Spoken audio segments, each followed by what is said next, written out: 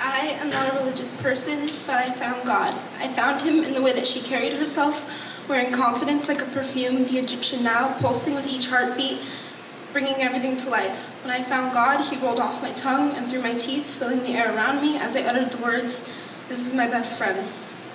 I didn't meet God that night that we both got too drunk, but I found him on her body, and when my hands were running down her hips, all I could think is that this must be what heaven feels like. I think I first forgot what God felt like when she started carrying herself less like an angel and more like a human, her voice dripping with the exhaustion that only mortality could bring.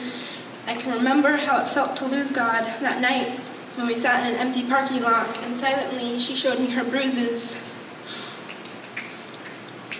In the 6 years I had known her up to that night, I had never seen her cry. The tears that fell from her eyes left her with an emptiness I could never fill. I did not have the power to heal her with my touch.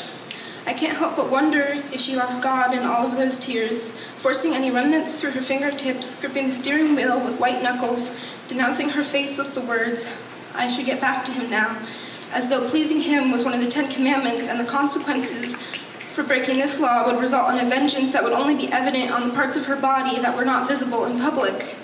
I lost God when I realized that either I have been looking for a God that is not there, or one that has been watching as innocence is ripped from her body, not giving her a chance to taste the apple herself, but casting her out of paradise for the sins of another.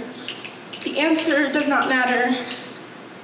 Since that night, I have begged forgiveness for letting her look into the eyes of Medusa, watching her crumble in front of me, and not telling her she should not fall for a man who uses the image of a god to make promises of heaven, because the devil fell to earth wrapped in narcissism and deceit too.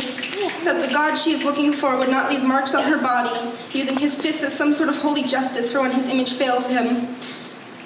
I know my damnation will be every night that I did not sit down and write her a new Bible, one filled with the reasons he is wrong, filled with the reasons that she is divine, and hand her these pages telling her she doesn't need to look anymore. I found God in everything that she is.